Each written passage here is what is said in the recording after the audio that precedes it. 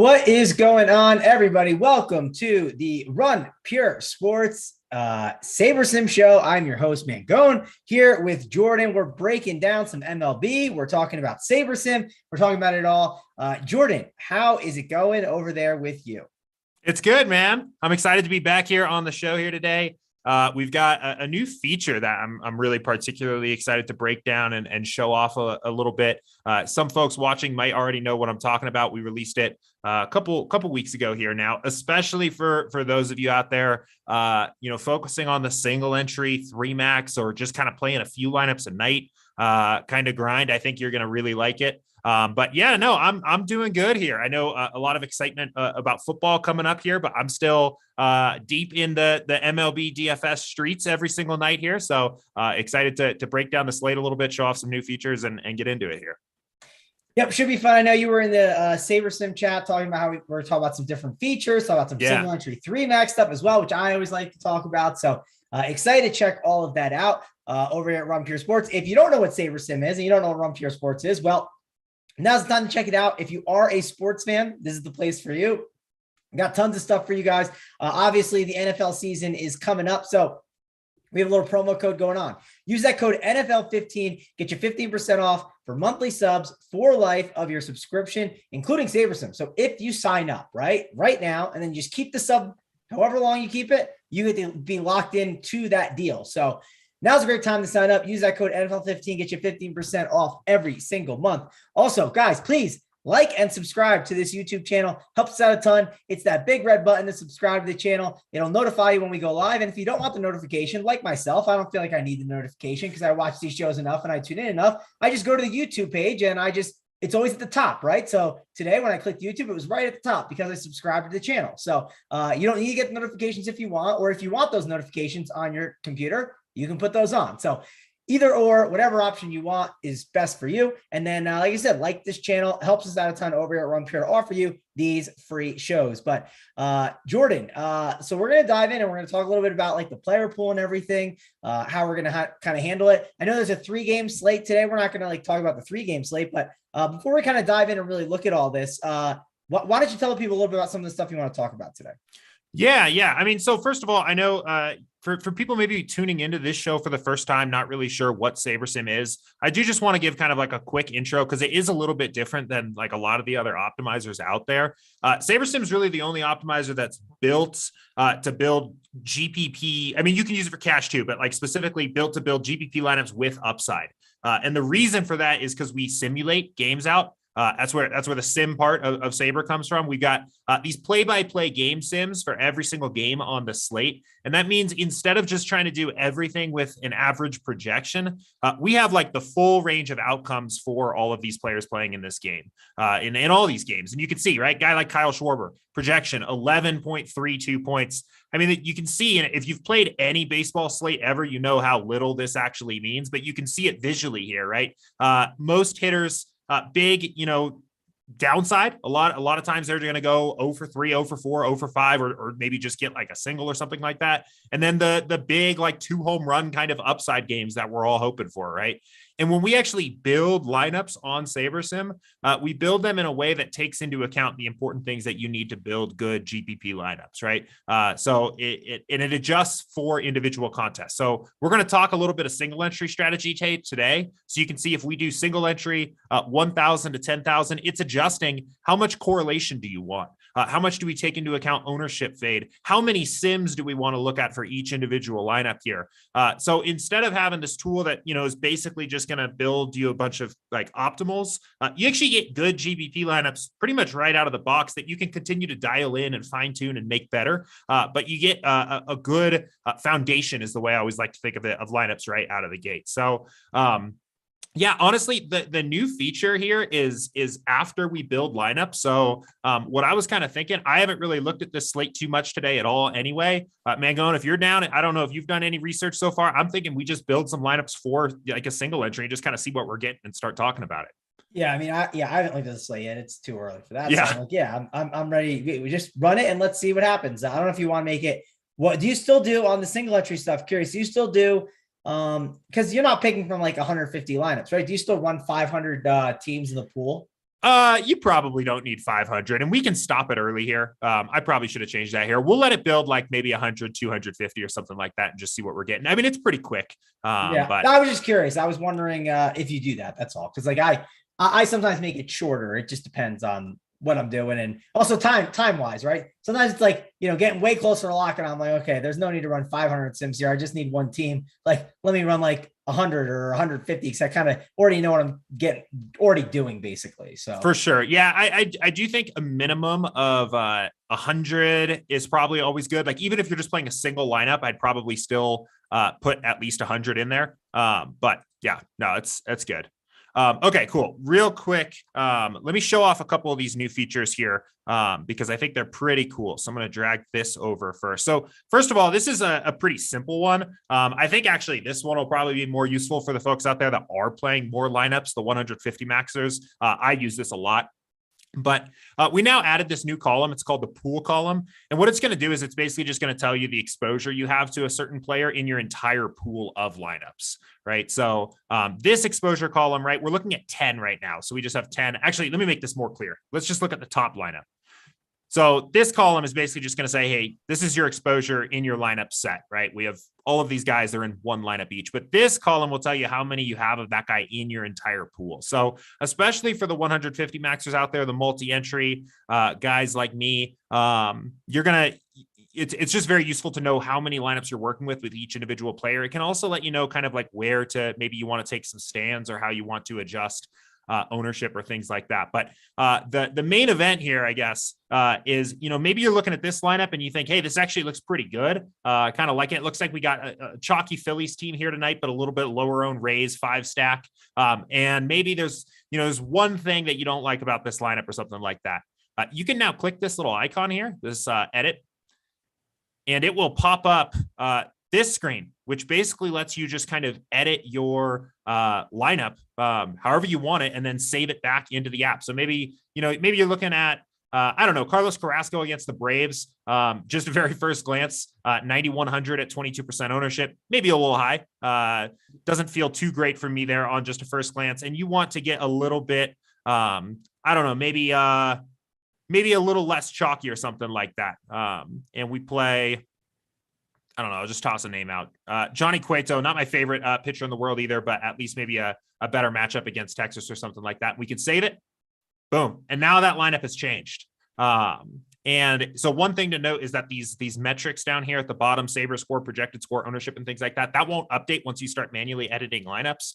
But really useful. I know, especially if you are playing just a couple lineups a night, you're going through, you're looking at your pool. A lot of times it's easy to find that lineup that you're like, hey, love that. Want to change one thing about it. Now you can. So pretty slick there. So how'd you do that again? I was busy looking at other things, like the slate. So I was thinking of when you said Carlos Carrasco, I was like against the Braves. I was like, who's the other pitcher we could go? Is this slate really that bad? So, but it's right there, that little edit button right above him. Yep, it's this edit button here. Yeah, the pitching does look a little rough here tonight, if you ask me. A lot of guys in tough matchups, like good pitchers, but tougher matchups here. Even Justin Verlander, Cleveland's been hitting really well recently. His projection's a little bit lower than I'm used to seeing for him as well. So, yeah, my suggestion was going to be Joe Musgrove maybe against the Rockies. What would you like swap him for Carrasco and let's see what it does. Is he on the slate? Or is he not on the slate? Sorry, I was looking through. Yeah. I think they might be the day game. Oh, they are. They're the 410. They just missed the cut. Sorry. That's another reason why he didn't pop up, because it's that bad. It's just I mean, let's see. Syndergaard. I mean, I'm not a Syndergaard guy, but he's against a really bad lineup. But yeah, I mean, you're gonna definitely have some slim pickings at pitcher. I guess I really like Alek Manoah. Why is that total so like not like lower there for the Twins? I'm pretty surprised by that one, actually. Yeah, I mean, the Twins have a pretty good lineup that they trot out there every night as well. He's been so good all year, though. I don't know. He's been good. We have them at 3.8. I'm curious how Vegas has them as well. I've probably, to me, I'll probably end up liking both sides of that game, especially if people get away from him. Like if people are playing, Carlos Carrasco and like Kyle Wright instead of Manoah, I'll probably be on the Manoah side, but I'll also probably get to some twin stacks. I think I kind of like both sides of that game. So yeah, I mean, the interesting thing about like this part with Manoah is like So like he's been good like most of the year. And then he had like this absolute dud against Detroit, right? And like Detroit's not a team like you would expect that to happen with. So I'm very surprised by that total for the Twins. I didn't think it would be where it's at. So, I mean, the fact they're around 4 is surprising to me at least, but I get it. That lineup's good. Yeah, Miranda I know has been like on fire. That's been like another guy just kind of came out of nowhere where it just helped make that lineup a little bit stronger. But yeah, I don't know. That's an interesting one to me. I think what do you have right now on Manoah's projection over on Saber?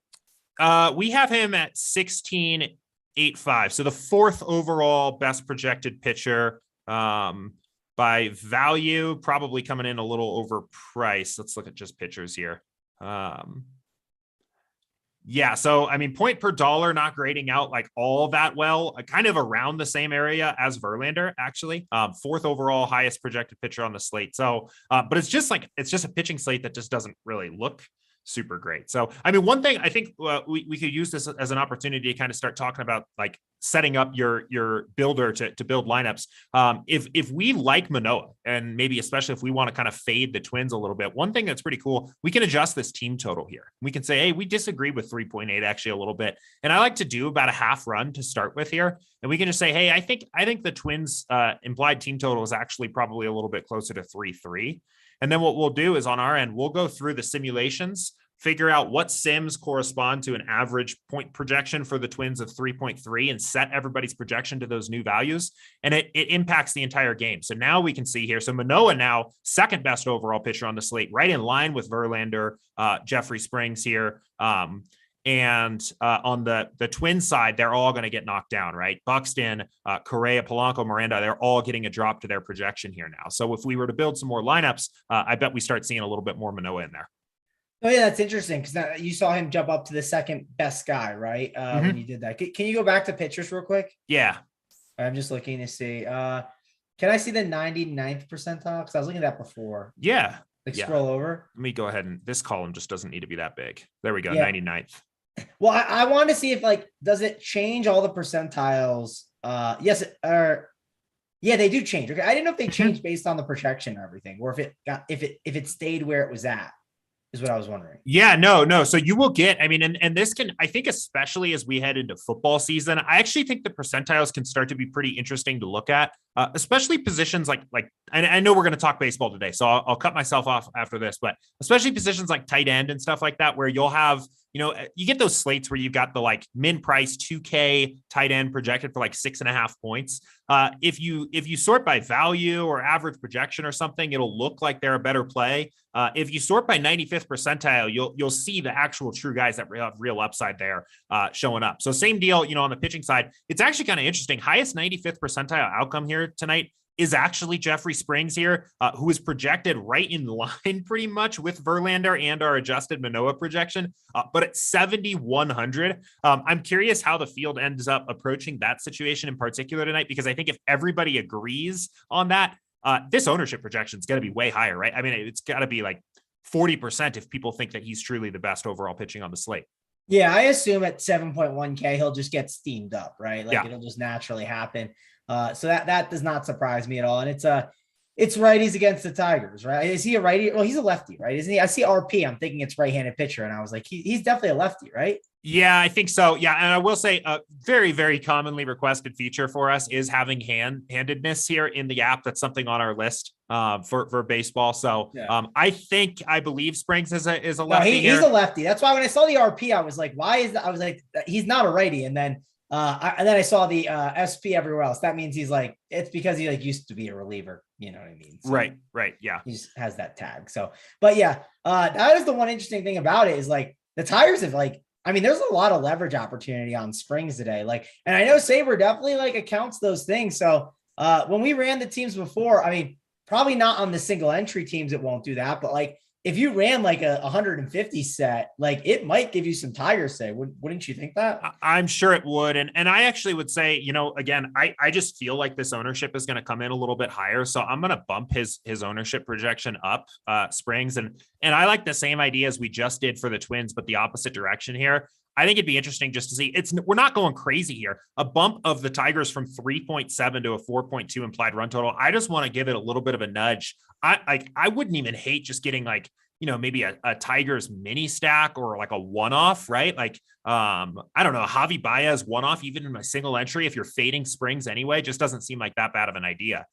So I kind of like the idea of making a little bit of an adjustment there as well. Yeah, him or like Eric Haas is one at catcher, right? Catcher's kind of a position that's tough to roster at times. So I don't hate that. It's definitely something I think not saying you need to do it for single entry, 3-entry max. You could. I don't think it's the worst thing to do if you're fading Springs on a team. It's perfectly fine, but it's not necessary by any means for sure.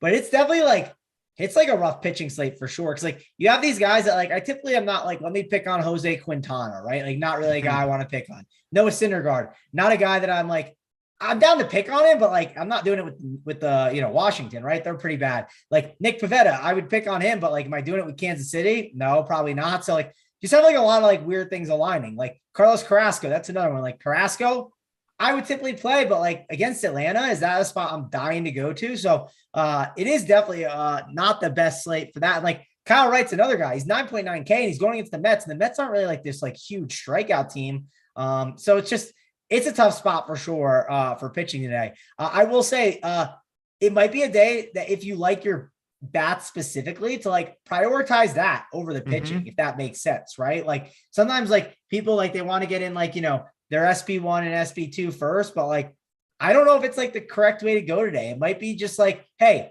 figure out what offense you want. And then from there, maybe figure out the pitching. Does that make kind of some sense, Jordan? Yeah, absolutely. And I mean, one thing, so I think it'd be a good opportunity. We'll build a few more lineups here. We don't need another 500 here. That's one thing that's kind of cool about Sabersim here is that we made a couple updates, right? We ran an initial build. We got familiar with the slate a little bit. We changed a couple things that, we want to take a stand on or be on the other side of, build some more lineups here. And then, I mean, we're going to build 200 here and we can kind of start looking through them. If we want to be more selective with the bats, we can be a little bit more selective with the bats. I totally agree.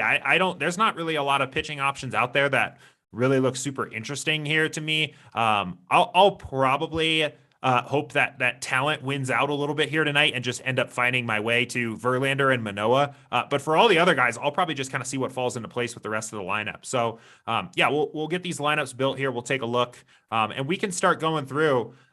Interesting here, right? All we did, I mean, this is crazy. All we did here is we bumped Detroit a half a run to a 4.2 implied run total. I mean, that's not even in the top half of teams here on the slate. And we're getting to some Tigers bats here after having made Jordan, that change. one thing I would think about today is like a 0.5 is probably higher than most slates, right? Just because the run totals are really tight today, if that makes sense. So honestly, like I think the highest total I saw is right now is like, I think it's like barely at 5. So it's the Phillies who are at 5.5.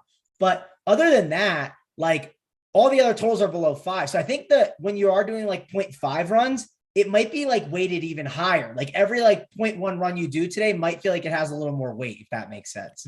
For sure. And we could definitely back off that a little bit too. I mean, I'm even fine just going 4.0. The other thing to remember too is that like adjusting a team up to 4.2 runs is not really the same as that team just starting at 4.2 runs. Because the ownership for the Tigers, for example, is assuming that they're at their actual implied run total, which is like 3.5 or whatever it is, right? So basically we're boosting up their projection and we're also getting the ownership discount on them. So you can sometimes get a little bit more of them in your builds. I like that play here. If we get like that super chalky Springs and it doesn't take much to give them a little bit of a boost to get them in your lineups, I think it's interesting. Yeah, well, I can look at one thing too. Like I'm a big fan of looking at past like 30 days kind of data, just because like sometimes you can catch stuff. Like you can catch like, oh, this guy's been bad, this guy's been good. Again, it's not perfect, right? I mean, sometimes it can be, it could be anomalies, but sometimes you can get ahead of the field on something. It's about when you're right, trying to take advantage of that opportunity. And like Springs is definitely struggle. If you look at his last 30-day numbers, I mean, he's given up a WOBA of 400 to righties on 43 plate appearances. The ISO's at 300. I think this Tigers idea is a really good idea today. I'm definitely on board. And like, these are the kind of slates I like these when it's like, it's a leverage play. It's one of these like crappier teams. And like, there's not other like you don't have like a core slate or like the Cubs on it. Like those are the times that I like to fire on these the most. So I like the adjustment that was made. You moved it from 4.2 to 4.0. So if you want, is there anything else you want to run here? Or you want to just hit the sim and move on? Yeah, I mean, I was going to ask you, I know that like the single entry 3 max stuff is kind of your wheelhouse. Is there anything else that you typically do here before you start building these lineups that, I mean, adjust any other team totals or build out a player pool or anything else? Yeah, some things I'll do is like, I'll just kick pitchers out. Like if I'm not going to play you, like for instance, like if I look at like today's slate, I could see when we run like teams, I could see it giving you like how on the other runs, how many pitchers were we getting? I saw 2 on the one. What was the other one? Let's see. Because sometimes it gives you too many if it's like close in ownership, if that makes sense. For sure. Yeah. So, I mean, you got 5. Let's see who the 5 are. Well, we have 5 in our top 10. We probably have more than that in the entire pool. We have 200 lineups. I mean, there's a lot of pitchers showing up in all 200 lineups. Yes. I mean, even in the top 20, right? Let's look at the top 10% of these. It looks like mostly Springs, Manoah, Verlander, and Carrasco, but then also, 5% of a couple of these other names here.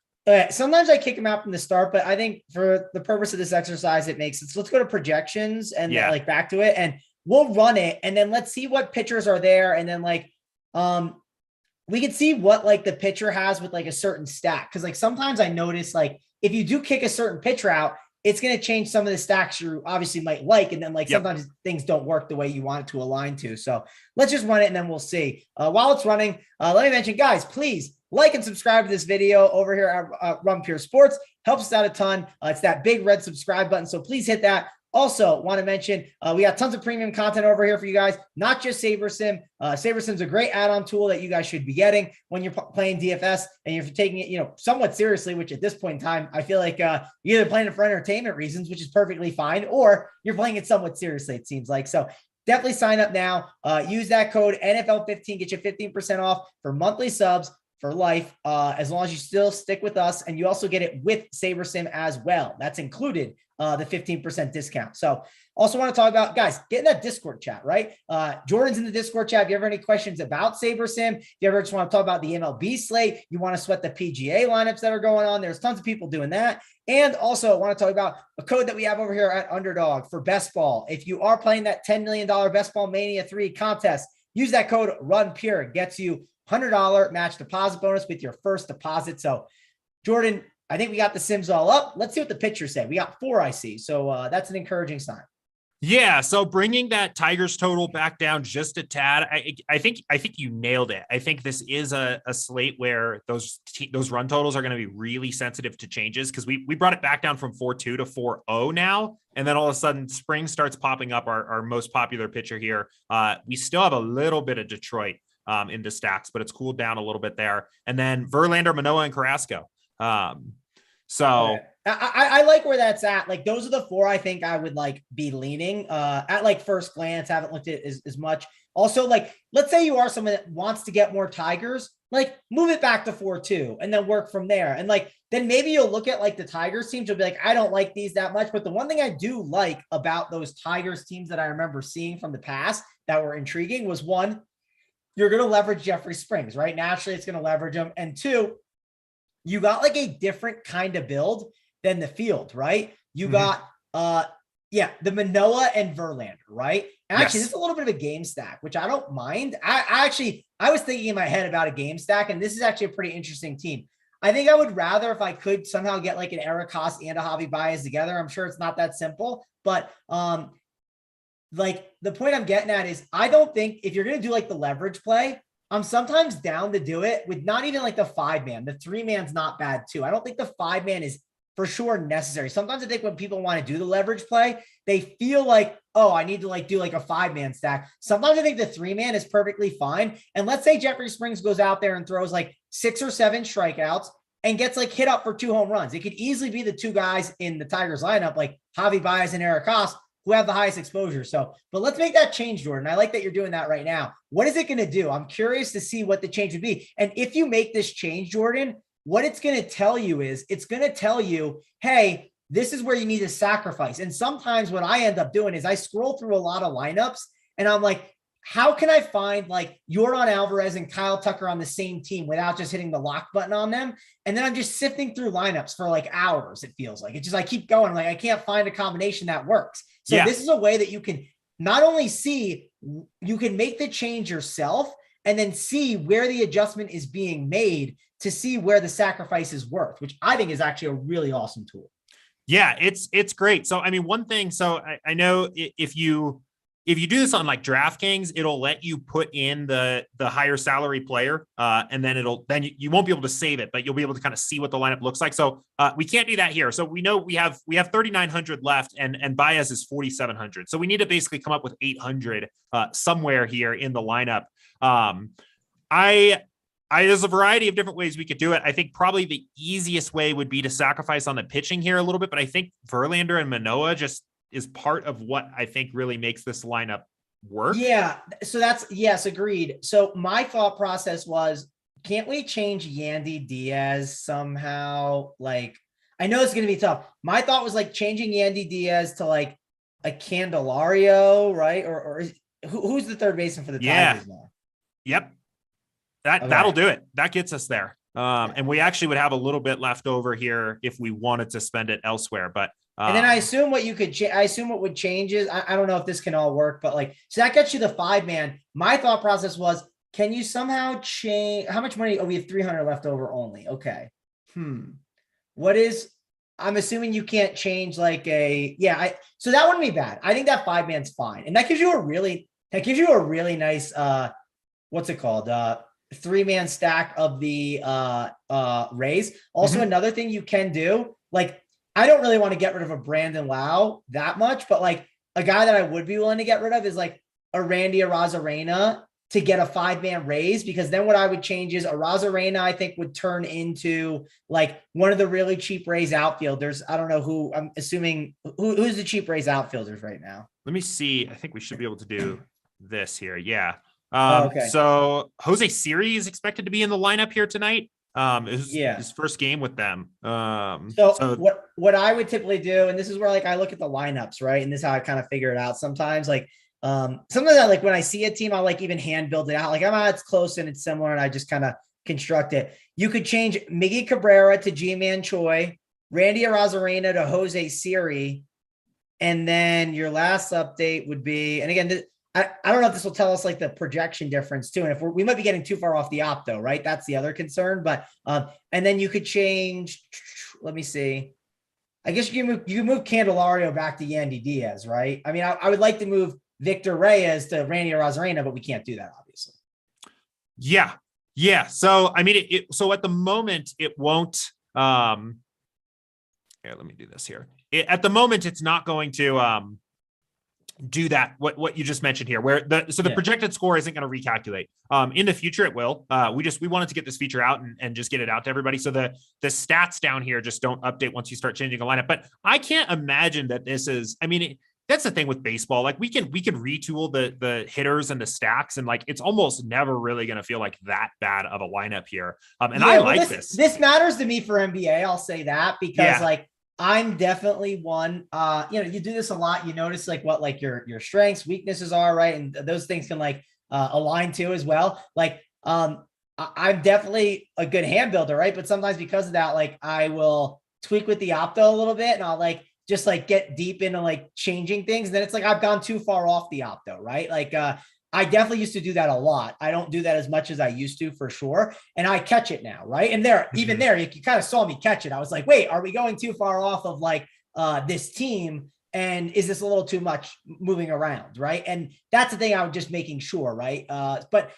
I think making these slight changes is awesome, right? And like sometimes when you try and make all these different changes, there's a reason why it didn't show up in the first place, right? It's because it just doesn't work anyways. And like the thing I like about this team, and this is what I like doing in single entry and through entry max, is if you see the field is playing Jeffrey Springs on, let's say, 40%, 50% of teams. Well, what I'll typically do for like my 3 max single entry content is I'll still play Jeffrey Springs. I'll be overweight. He'll be on 2 of my teams, but he won't be on all 3.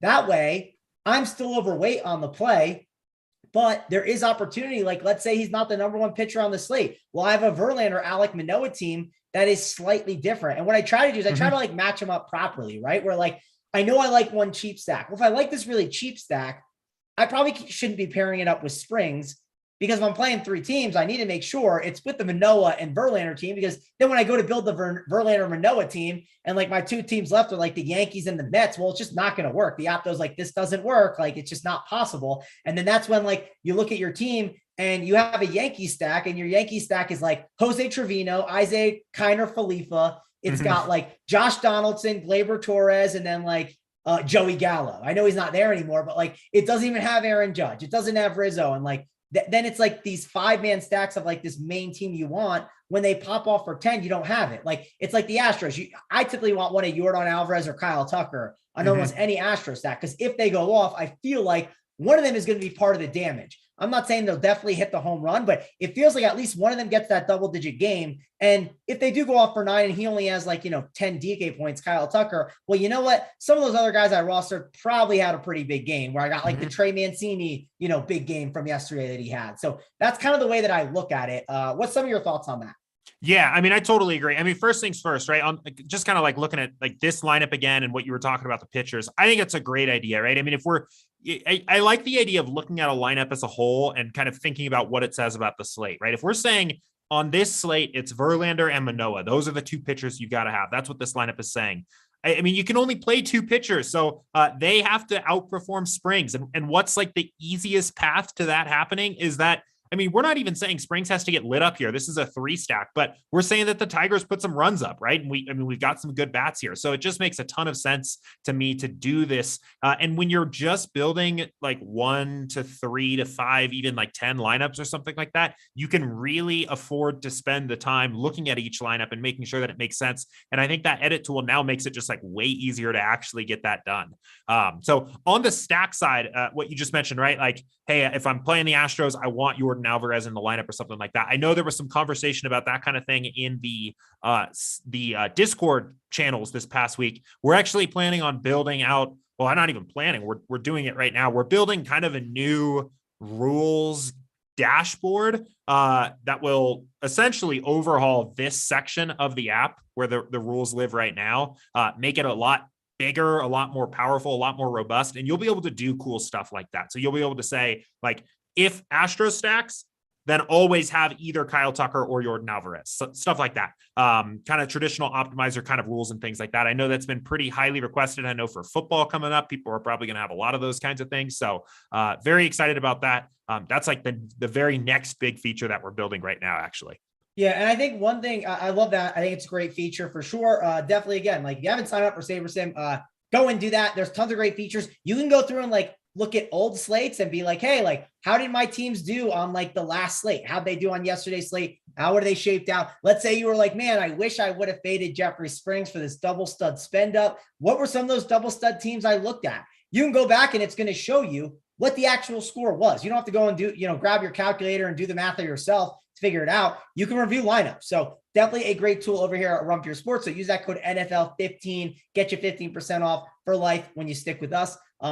Jordan, I did kind of want to talk a little bit about like one strategy I do with single entry and 3 entry max stuff is like I sometimes like I think people, they build teams, and including myself, I'm like, here's my pitching pool, here's my offense pool, right? And then from there I start building. And sometimes you can run into trouble that way, because let's say your stacks are like, oh, I like the Yankees, I like the Dodgers, and I like Coors. Well, it's like, they're all very expensive. And then when I try to do the Verlander Manoah thing, like I said before, it doesn't work. So what I like to do, and this is why I actually like this construction and why I don't like how the DraftKings salary is currently set up. I used to like when Justin Verlander costed 11.5K and Alek Manoah was 10.8.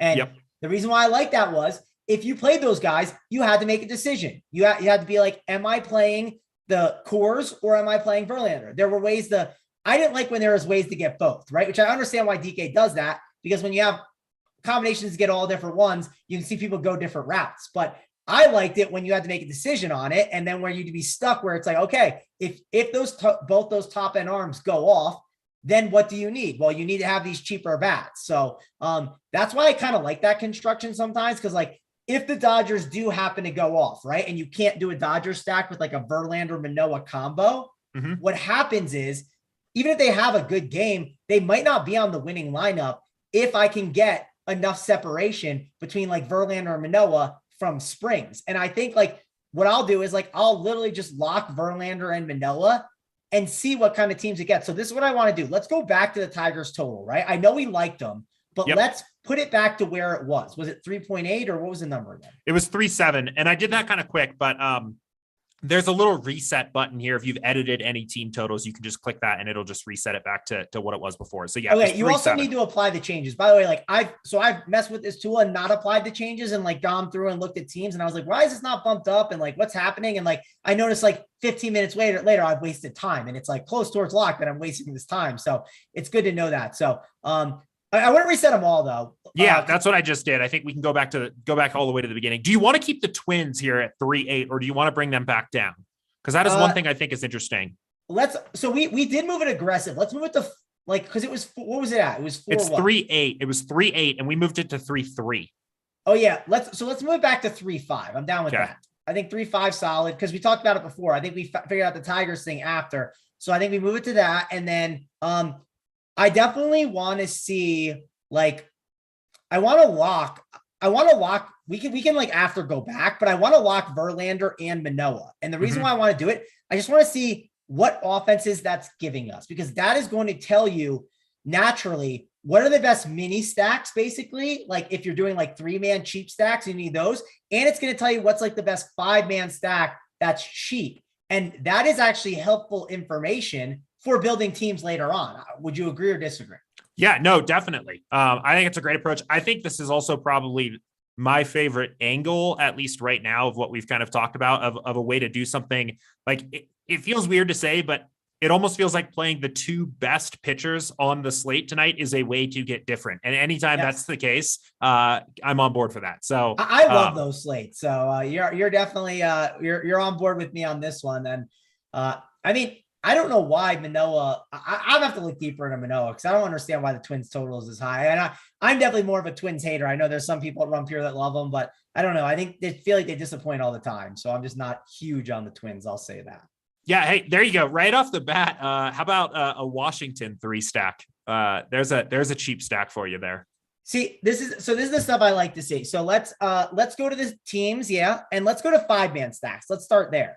Because I like to see like, what are the 5-mans that we're getting? Let's look at our top 50 as well. I think that can be what I was going to say. Let's look at our top 50 stacks as well. So now, yeah. So I like to do that too. I've noticed like when you do the 20, like sometimes it just like pumps one team and you're like, I just want to look at more. Not saying it's wrong, but I want to see what other things are there just out of curiosity. Well, and here's an opportunity too to talk about this column again now. Really useful. Now you can just see, I mean, no matter how big your actual lineup set is, you could just see, I mean, this could even be 1, right? We could just leave this at 1 and we could see this is our stack types, our 5 stacks in our entire pool, right? So kind of cool there. So now there's a lot that I do here. So let's start with this. The Phillies are like, I assume the Phillies are popular today, right? Yep, I think so. You can't make Verlander Manoah work. So let's see what I want to see the Phillies 5-mans. And the reason why is this instantly tells me, can I make a good Phillies 5-man stack with the expensive guys, right? Like, because sometimes you just can't make it work. Like you look and it has all those crappy guys I talked about. Now this Phillies 5-man surprisingly has Real Muto, Hoskins, Baum. It's got Schwarber and Castellano. So that tells me actually this is way more viable. The issue is you run into Luis Garcia, Robles, and Scope. But I honestly think this is not. I don't hate it. I don't. Yeah, I kind of like it. I'm very much surprised that you can make this work in that way. Where like, so here's one that one with JD Martinez we just went by. Go to that one. Yeah, that one was kind of so it goes Garcia, Robles, Martinez, and then it gets you stop. I mean, you still get 3 of the guys. You know what I mean? Like Real Muto, Hoskins. Like I don't mind these. Surprisingly, these are actually like more in play for me. What do you think? Yeah, I like them. I was just going to like keep going and kind of continue to see what we see in our pool. It does look like if you want the elite hit Phillies bats, you have to play some cheaper guys, and you want the most expensive pitchers. You've got to play some cheaper guys on the one-offs and the smaller stacks here. But I mean, so what that tells me is, if I want a 5-man Phillies stack with the two top end pitchers, I can't do 5 threes, right? There's very likely, like low likely chance I can do 5 threes. Like nothing's gonna line up. So it's either 5 2-1s or 5 1-1s, right? And then you just can go and look at those if you like. And again, you could be using you could be using Sabersim for this, you can be using other optimizers. But the thing on Saber I like is when you run these in this way, it tells you, hey, I need to do 5 2-1s here, right? In order to do this. It doesn't like, you're not putting a restriction, like only give me 5 threes and then things aren't working. The opto's not making sense. It's telling you what you're actually able to do. It's not like forcing in like that certain stack, which I think is helpful because again, sometimes like we put too many constraints on the opto and then we're stuck in positions, which I've definitely done in the past. Yeah, no, I completely agree with that. I think a lot of times, we hear that too from people that are like, hey, it's not building any lineups, right? Like what's going on? Why is Sabersim not building any lineups? And then if we take a closer look, it's because there's all these rules where you can't make lineups that look like that. So I do think it's a really good approach when you're using Sabersim. First build with just a couple changes, right? I mean, we still made some changes. We adjusted the Twins a little bit. We locked 2 pitchers in, and then you can kind of see what is actually possible out there. I mean, we built 200 lineups. Only 7 of them have a Phillies 5 stack in there. So, I mean, obviously there's a way to do it, but it's not the easiest team to stack with the 2 expensive pitchers here. Yep. And again, like we spent a lot of time on this and I still want to keep going because there's more to talk about here. So like, we talked about the Phillies for a while, but let's look at some of these other ones. So, I know Kansas City pops up. Boston's like, let's look at the Boston 5-mans. I'm kind of intrigued by those because they have power bats, right? I mean, obviously there's like, and surprisingly, they decided to like push at the deadline and not go the other way, which made no sense. But hey, they told us they're doing that. So, and I don't think a lot of people would play him. Bubik is a guy that obviously there's enough power that you can kind of get to him too. I mean, you are getting the big bats, right? You're getting in Devers, Bogarts, JD Martinez. I mean, you got JD Martinez at 4.3K today. It's like kind of a crazy price tag on him. What do you think of the Boston ones there? I actually think I like these a little bit more. They seem a little more fairly priced than the Phillies. I think there's going to be a big ownership discount. We have them. I don't remember exactly what it was, but I think we have their team total at like 5 runs right now on the Sims as well. So a little bit cheaper, a little less owned. And I know they've kind of disappointed this year a little bit, especially recently, but if you just kind of look at the name value of these guys, this should be a better team. And if we've got them in a situation where they're a little bit lower owned here tonight, or not even lower owned, but in single entry is going to be a big difference there. I like this direction a little bit more. It seems like, I mean, here's like a pretty, well, I guess in this case, we got to get some of those cheaper bats in there, but I think there's going to be more creative ways to stack the Red Sox with these 2 pitchers. Yes, I think there are some. So this is definitely not a bad one to go through and like rerun like later on. Mm-hmm. I think it's interesting. Tampa Bay is going to be a popular stack today, which is perfectly fine. They just are. But we already have, and this is what I like in single entry stuff, we already have a different construction from the field. Like, for instance, yesterday, I always talk about this. I kind of say like, hey, this is something you can do. And I don't like to be like, hey, this is what I'm doing and you should follow it. I want you to also like think through the slate because you might just have a different opinion. But like, if you thought Garrett Cole was not your favorite pitcher, or you just thought, hey, there's other pitchers that can match him, all you have to do to be different on the slate is fade Garrett Cole. I even thought that about Ohtani yesterday. I was like, it was a shorter slate, but I was like, you could just not play Ohtani and play Blake Snell and Julio Urias. And like, if Ohtani gets you like 15 and these other guys get you 22 and 25, that's certainly possible. And that's not a route where Ohtani blew up. I didn't even give you that outcome. I didn't give you the egregious 1% outcome. You know what I mean? So, and yesterday, I don't know what they ended up scoring. I did go back and look at like the game logs on them real quick. But like it seemed like Ohtani didn't do like amazing. You know what I mean? Like I think he got like around like 18 or 20 maybe, because he had like 6, I think he had 7 strikeouts or so. But the point I'm getting at here is sometimes you can just make that quick, small change at pitcher when a guy is like egregiously owned. And that could be Jeffrey Springer today. He could be 40% owned, and that'll literally eliminate 40% of the field just like that. So those are just routes that I like to take. And I specifically like it when there's other paths that it can win with, where it's like, if Jeffrey Springs is not on the winner, it could also be because, well, maybe my double pitcher spend is what worked, right? Or it's because he blew up. And if he did blow up, like let's say he blows up on the slate. Well, when he blows up, if the Dodgers went off on the slate, well, that doesn't matter if your Dodgers went off because you're stuck with like a negative like 5 on all your teams. So I like when there's like multiple paths to kind of get to victory, if that makes sense.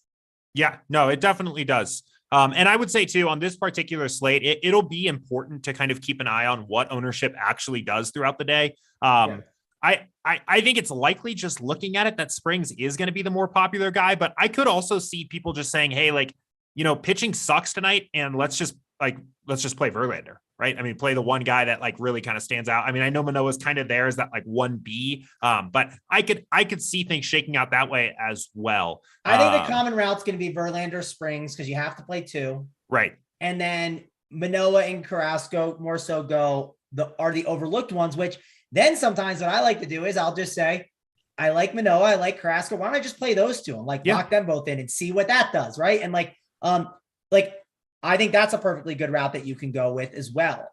So let's run it though, based on like the normal way, right? Without the guys locked. But I think that was a good process to go through. I wouldn't have minded going through the Tampa Bay stuff, but like that's like what I typically do is when I do lock those 2 guys that I think are going to be a little bit different, Jordan.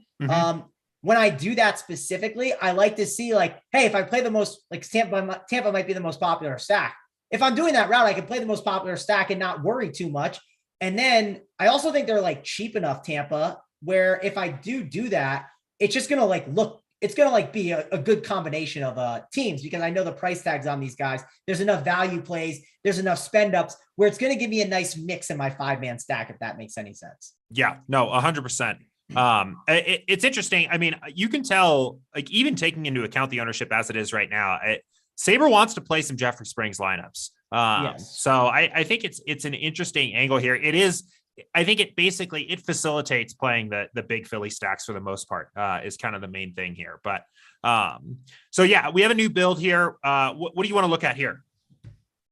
Yeah, I'm trying to think of what's the best thing to look at here. The one thing I noticed from the first team that's actually just sitting there, just from the start, like, man, you got like a really nice 3-man stack with the Phillies. Like when you go Jeffrey Springs, you're able to get a really sick like mini stack. So it's not gonna like that's why that Verlander Manaea route's really interesting today. Like and that just points it out even more to me. But yeah, let's go to the 5-man stacks. Let's see which 5-mans pop up just with the normal runs. Let's see. So yeah, in the pool. So again, Tampa Bay, Boston are the 2 big ones. I mean, there's like a big difference here between Tampa Bay, Boston, and then we get kind of all these other teams showing up here. Philly, even the White Sox, which we haven't looked at a bunch very much here. Toronto, all of these other teams here. Who's Toronto play? They play Sonny Gray. Sonny Gray is like, he's not really a guy I pick on typically. And I like Toronto hasn't been as good on the road. I mean, the weather's okay. It's definitely a weird slate. So I'm trying to like think of like, I don't know.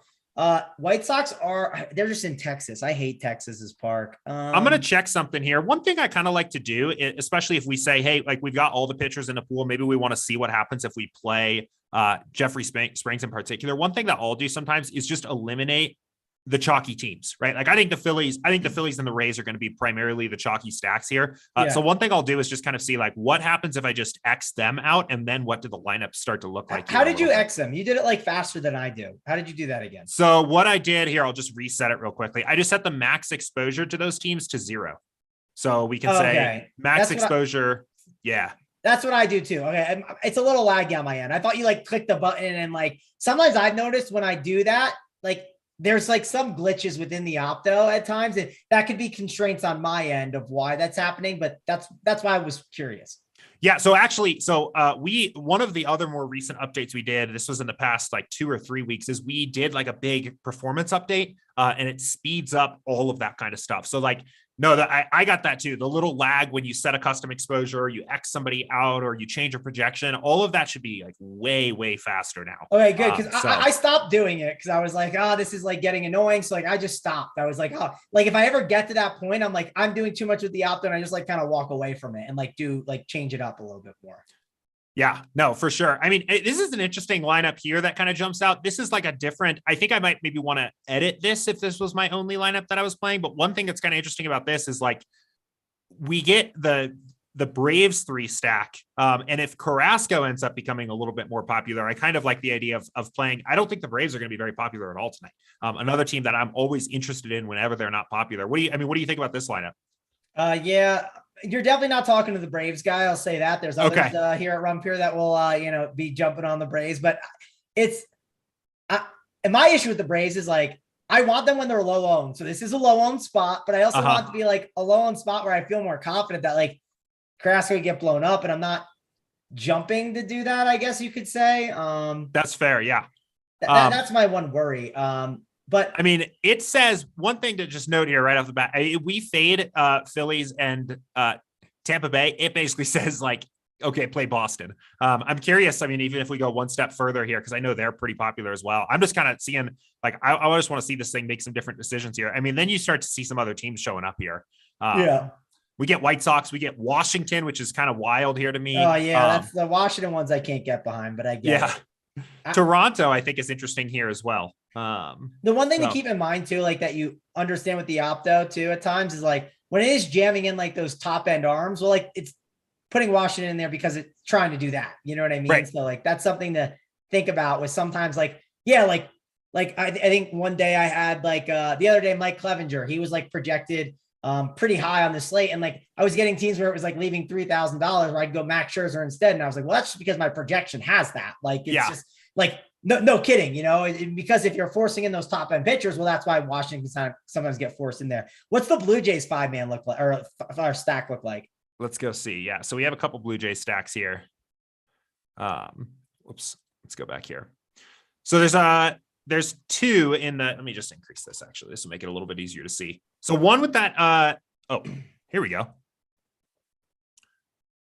Yeah, that one's completely different because it goes like spend down from, instead of doing like one spend up and one spend down, it's doing double spend down, which is like a totally contrarian route for sure. It is. And actually, we didn't even talk about that, but I actually think that's kind of interesting too, especially if the pitching kind of sucks. Maybe you just play 2 cheaper ones that are in good matchups and just get like all of the bats. I mean, the best, you're talking about basically the best Toronto bats and some of the best Rays bats here too. It seems like the same thing now with the Red Sox. Yeah, I mean, it's interesting. I'm not saying they're perfect, but they're interesting for sure. The only issue I have is like scroll this, like go to there was one team with Manoah in Springs. I think it was above. Let's see here. You had one that wasn't both double spend downs on the Blue Jays, I think. Yeah, let me go back here. I remember seeing it. So that's why I was like, and it looked decent. So this is why sometimes I compare and I say, well, what does this Manoah team versus the Quintana team, like, what are the differences? And like, they can be interesting to look at. I think it was this one here was the one we had up. It was that one. Yeah. Yeah. So you are getting the best Jays bats, right? Like they're in there, but your 3-man's pretty bad. So it does seem like you'll have to make a sacrifice in both stacks to make them both pretty good, if that makes any sense. Right. Yeah. And we're playing, I mean, this is also a lineup where we're getting both 9K pitchers, right? There's no Springs in this lineup. Obviously, I mean, we have the Tiger stack here. Is there any Springs ones? I felt like there was a Springs one and it looked a lot better. Maybe see. I didn't see it, but.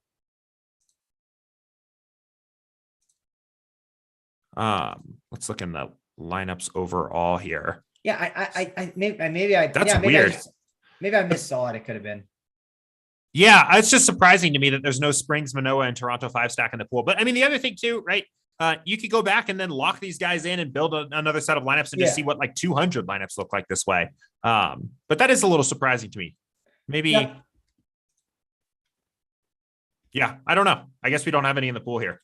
No, I mean, it's perfectly fine for sure. Guys, if you could please like and subscribe to this video, helps us out a ton over here at Rum Pure Sports. We appreciate it. Also, again, want to mention the code NFL15, get you 15% off your first payment for monthly, for life. So you get to be locked into that one. So go sign up now. Also, like and subscribe to this video, guys. We appreciate it. But Jordan, what else are we going to talk about here? I mean, we don't got too much time. We can easily just get on out of here. But is there any other things you want to talk about that we haven't discussed yet to kind of button this thing up? No, not a whole lot for me. I mean, I teased the new rules dashboard. That is something that we're working on right now. Very excited about that. Obviously, football coming up here. As that gets a little bit closer, we start getting some initial sims up in the app, even for week 1. We can start talking a little bit of football here. It'll be here before we know it. I think on what is it? Maybe Monday of next week. Is it a month exactly away from opening night? So no, I think I'm good for today, but a lot we're excited about, a lot coming up. Yeah, a lot of good stuff here over at Sabersim, over at Run Pure Sports as well. We're working on getting this NFL content ready for you guys, ready to bring you the best stuff in the business. So be on the lookout for all that. Like I said, use that code NFL15, get you 15% off. Also, be on the lookout for the shows tonight. We have 3 shows coming up for you. 4:45 Eastern, you will have me, Hoop and Title, talking MLB Swing for the Fences here on the YouTube channel. 6 o'clock, you'll have the premium show. They'll be leading you up the lock. Don't know who's on that show. I'm sure it's like Holden, JSU, some of the typical guys. DC, I'm sure he'll be there as well. So stay tuned for that. And then we got the round 2 Showdown show. So you want to check that out. I know people are sweating the golf right now. I happen to have only one golfer start off the morning. My other guys had a lot of PM guys. So excited to kind of watch some golf right before we kind of dive into all this MLB stuff. But that wraps it up for me. Jordan, anything else that I forgot? No, I'm all set. I think I've got a ton of Sung Jae this week, and he looked like he had a pretty good first round here, so I'm in a good spot. Nice start for you. I did not get a lot of Sung Jae, but hey, it's early, right? We've seen Webb Simpson every week go off and then absolutely collapse. So yes. It's a long sweat. Don't worry about the golf. My goal on day one of golf, Jordan, is I just want to not be dead on day one. Once you're not dead on day one, then Friday, I'm going to fight for my life on day 2 and be like, all right, let's get these guys through the cut. And then once they're through, we'll see how the chips fall and sweat it out. But that is going to wrap it up for us here on the Run Pure Sports Sabersim show. For me, Mangone, and Jordan, we will see you guys later.